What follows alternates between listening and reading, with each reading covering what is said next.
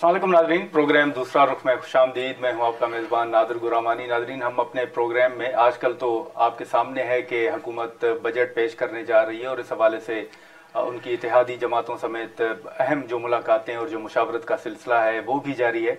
लेकिन आज हम अपने प्रोग्राम में ज़रा सियासत से हट के बात करेंगे, कोशिश करेंगे कि कुछ चंद सवालात अगर इजाज़त दी गई तो सवालात सामने रखेंगे। लेकिन सियासत का एक बड़ा नाम है शेख रशीद साहब, जिनको अवाम एक मरतबा फिर सियासत में मुतहरिक देखती है। उनका जो सियासत में एक किरदार रहा है वो ज़रा हटके रहा है और लोग उनको बड़ा पसंद भी करते हैं।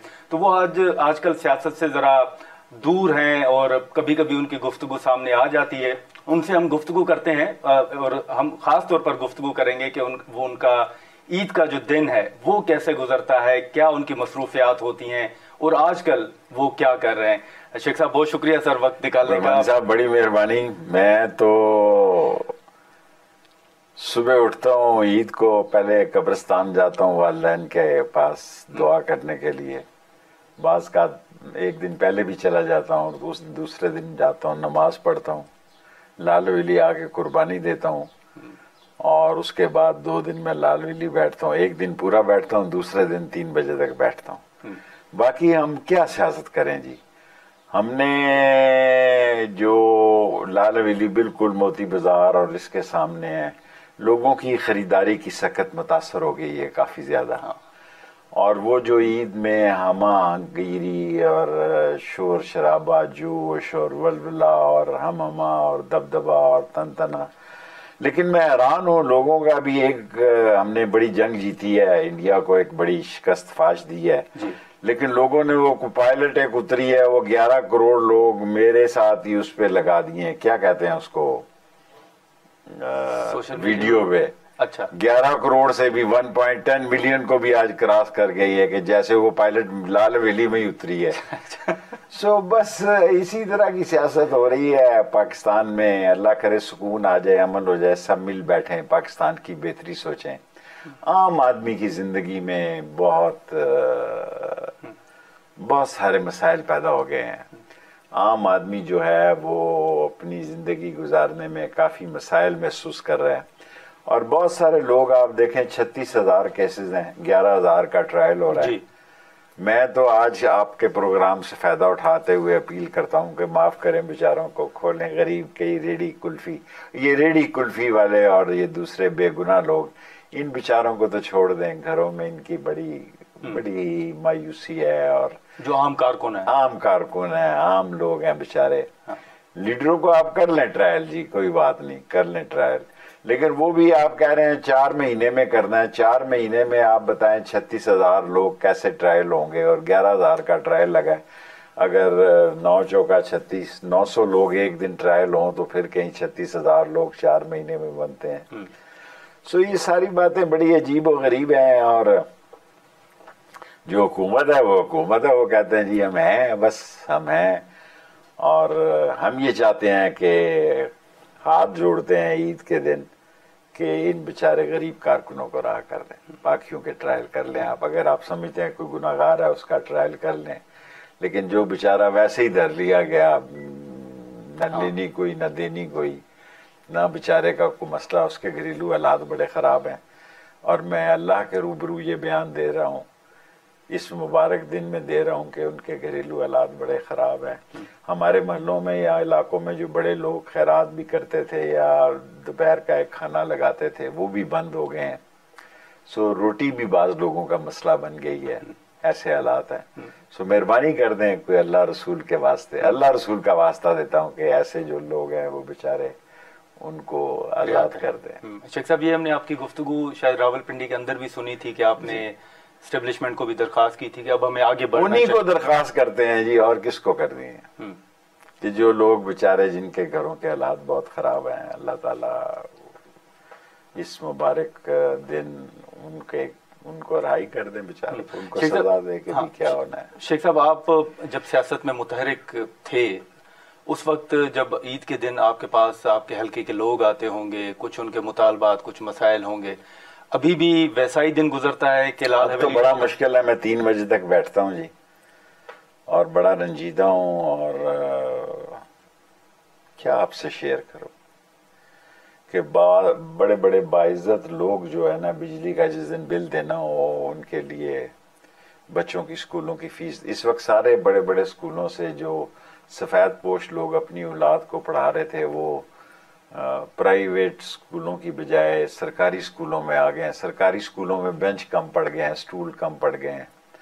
कि एक बात कहना चाहता हूँ, कौम बुरी ना बनाए, मस्जिदों से ऐलान होता है कि बच्चों को कॉलेजों, बच्चियों को कॉलेजों में भेजें। ये पहली वक्त है मैंने 60 कॉलेज और स्कूल इस शहर में बनाए कि मस्जिदों से ऐलान होता है कि अपनी बच्चियों को कॉलेज में, स्कूल में भेजें, कि वो अफोर्ड ही नहीं कर पा रहे, वो भेज ही नहीं रहे। सो खाली पड़े हैं कॉलेज और स्कूल, और वो भरे पड़े हैं जहाँ बेचारे वैसे ही हाजिरी के लिए जाते हैं। शेख साहब, ये सिर्फ पिंडी की सूरत हाल है? मैं पिंडी की सूरत हाल कहता हूँ कि मस्जिदों में दाखिले के लिए भी ऐलान हो रहे हैं और उसके बावजूद लोग नहीं भेज रहे, अफोर्ड नहीं कर सकते, किताबें नहीं खरीदी जा सकती। अब आप देखें, मेरे लाल हवेली के साथ ही उर्दू बाजार लगता है किताबों का भी, और साथ ही मोती बाजार लगता है, साथ ही चाइना मार्केट। हालात कोई इतने अच्छे नहीं है लोगों का, लोग दुकानें छोड़ के जा रहे हैं, किराया ही पूरा नहीं हो रहा। तो शेख साहब, ये वाली सूरत हाल आपके नज़दीक कब पैदा हुई है? ये साल डेढ़ के अंदर आप देख रहे हैं कि ये? मैं तो अभी ज्यादा देख रहा हूँ, अभी पैदा हुई। ये नहीं पैदा होनी चाहिए, सब बैठ जाएं, कोई हल तलाश करें, गरीब को भी जीने का हक दें।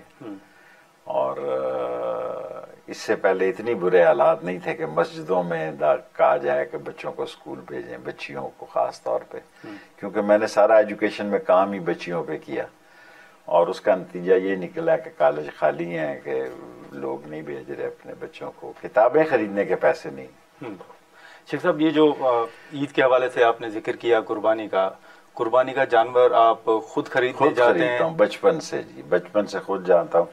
पहले तो मेरे भाई इस बात को पसंद नहीं करते थे, मैं मैचिंग करता था कि दुम्बा का कलरिंग अच्छी हो, खूबसूरत नजर आए। अच्छा। तो हमारे शेख हैं बड़े, वो कमर पे हाथ डाल के देखते हैं गोश्त कितना है कितना नहीं है। मैं नहीं इस बात पे जाता था।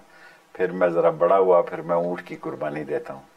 सो मैं बचपन में मैचिंग जाता था, खूबसूरत जोड़ा हो, कोई दुम्बे का या बकरे का या जैसा भी हो। और अब तो मैं ऊँट की कुर्बानी देता हूँ, 1 या 2। तो क्योंकि लोग ज़्यादा होते हैं, मैं डिफ्रीज़र में तो मैंने डालना नहीं होता और वहीं बांटना होता है। लोगों की तादाद ज़्यादा होती है तो ऊँट से अगर 2 ऊँट हो अल्लाह करे तो फिर वो ज़्यादा लोग अकोमोडेट हो जाते हैं। वरना दुम्बे का तो आजकल बकरे का पता ही नहीं चलता। तो आप अपने लिए कोई गोश्त नहीं रखते? नहीं, मैं तब मोहल्ले में सुबह के वक्त, जो मेरी माँ की वक्त की सहेलियाँ लोग तल्लक हैं, सुबह नाश्ता वाश्ता भेज देते हैं कि यहाँ लोग होते हैं। सुबह हम इकट्ठे होते हैं तो इधर उधर से भी नासिरी पाए आ जाते हैं, कोई मगज आ जाता है, कोई ओजड़ी आ जाती है, कोई चने आ जाते हैं। तो एक हमागीर किस्म का नाश्ता हो जाता है ईद का। तो शेख साहब, फैमिली के अंदर आपका वक्त कैसे गुजरता है? कहाँ कहाँ आपका जाना होता है? मैं सुबह 3, दोपहर 2, ढाई, 2:15, 3 बजे तक लाल हवेली रहता हूँ। बाकी फिर मैं यहाँ आ जाता हूँ। और फैमिली से मैं सारी ज़िंदगी इतना तल्लक ही नहीं रखा है। एक माँ ही से तल्लक था। माँ ही जब दुनिया से चली गई तो एक बहन और एक भाई से तल्लक है। वो भाई तो जब आप जेल में थे तो वो बड़ा मुतहरिक थे। तो एक भतीजा भी है, वो भी, उसने भी काफ़ी काम करता है। हमने धमाके किए चागी में, और इसका भी करने का क्रेडिट जो है वो डॉक्टर कदीर से हमने इतना अच्छा नहीं किया जितना करना चाहिए था।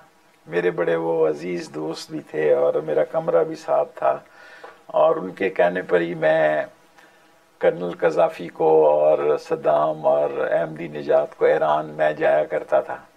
सो 2 कामों में मैं काफ़ी एक्टिव था। एक JF-17 जब बन रहे थे 2-3 दफ़ा मैं मुशर्रफ के साथ 2 दफ़ा गया, और JF-17 ने कमाल किया। मुझे इतनी तोक़े नहीं थी जितना अच्छा रिजल्ट उन्होंने दिया। और हमारे JF-17 दूसरे लोगों के JF-17 से बेहतर है। और फिर J-10 आ गए, और लेकिन एटॉमिक और मिसाइल में हमारा काम बहुत आगे। अब तो असम भी इंडिया का पाकिस्तान की रेंज में है। पहले असम तक हमारी रेंज नहीं थी, अब हम असम से भी आगे चले गए हैं। सो कोई अगर दोबारा हमला करेगा तो सोच समझ के करेगा। ये क्रेडिट आपने राजा जफरुल्लाह साहब को दिया है सर? 4 आदमियों को देता हूँ, राजा जफरुल्लाह, गौहर अयूब, अकरम जकी और शेख रशीद। इसके फैसला, क्योंकि बाकी काबीना जो है इतना दमखम नहीं था उसमें। नवाज शरीफ तो वजीर आजम थे, उन्होंने तो फैसला करना ही था बिलाखिर। फिर हमें ले जाया गया आर्मी की कोर मीटिंग में, जहाँ कोर की तमाम जर्नैल बैठे थे। हमने कहा हिंदुस्तान ने गलती कर दी है, ये मौका ज़ाया ना किया जाए। सही, ये मौका ज़ाया कर दिया तो फिर आपके हाथ कभी नहीं आएगा। और उस वक्त ज़रा मैं जज्बाती था, और लेकिन मैं एक बात, राजा जफरुल्लाह साहब से बरसों मैंने कभी देखा नहीं उन्हें, पता नहीं, अल्लाह करे खैरियत से हों। उनके ख्यालात भी बड़े ही हौसला अफजा, जानदार, और गौहर अयूब के भी, मरहूम के, और मैंने भी जो स्टैंड लिया वो काबीना का एक हिस्सा है। बाकी सब लोगों का ख्याल था सैंक्शन लग जाएंगी, सरताज अजीज टाइप के लोग थे, और पाबंदियां लग गई तो पता नहीं अजाब आ जाएगा, क्या आ जाएगा। लेकिन हम इस बात पे बिल्कुल स्टैंड था कि हमने ये धमाके करने ही करने हैं, चाहे कुछ हो जाए। तो ये फैसला आप समेत उन 4 लोगों का था, मियाँ साहब का एज सच कोई रोल नहीं था उसमें? बाद में उनको फैसला करना पड़ा? फैसला तो उन्होंने ही करना था, वो प्राइम मिनिस्टर हैं, लेकिन उन्होंने हर एक वजीर की राय ली कैबिनेट में। लेकिन 4 बंदों की राय एक तरफ थी और बाकी कैबिनेट एक तरफ। शेख साहब, माजी में अगर हम जाएं तो आज से 6 साल पहले, 10 साल पहले जो आप ईद का दिन गुजारते थे, उस वक्त में और मौजूदा हालात में क्या फ़र्क देख रहे हैं? गुर्बत का जिक्र तो आपने किया, मोहब्बत का वो आलम नहीं है।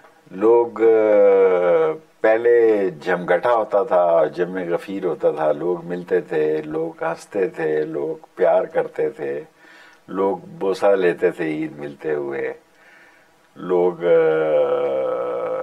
कपड़े खरीदते थे, नए कपड़े पहनते थे, और कहते थे मैं ईद का जोड़ा लेने जा रहा हूँ या ईद का फला लेने जा रहा हूँ। अब तो ठुस है जी। अब तो मेरा मतलब है, आप ये समझ लें कि 50% लोग ईद मिलने भी नहीं जाते लाल हवेली। यानी अगर 500 आदमी या 1000 आते थे तो आप समझ लें 300 या 250 400 लोग ईद मिलने आते हैं।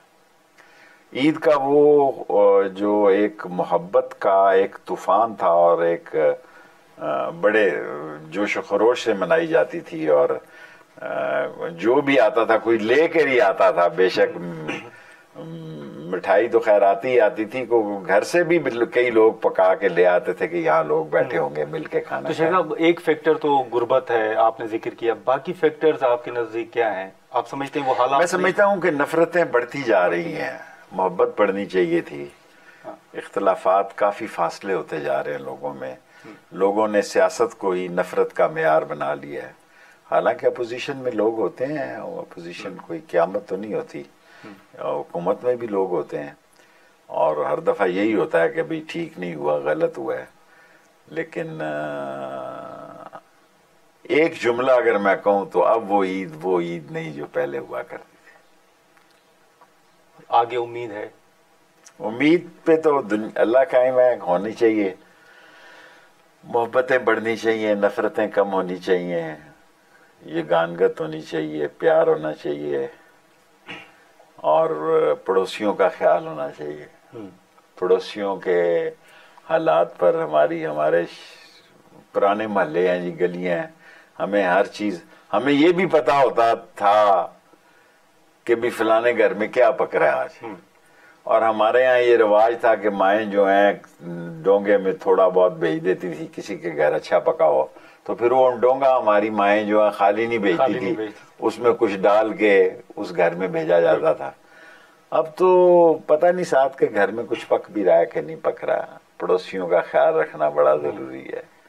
हमारे यहाँ अगर कोई बड़ा सैयद या साहिब मर्तबा या इज्जत भी लोग गुजरते थे तो लोग उनको रास्ता देते थे। लोग अब तो लाल हवेली के सामने से पर्स छीन लेते हैं जी लोग औरतों के।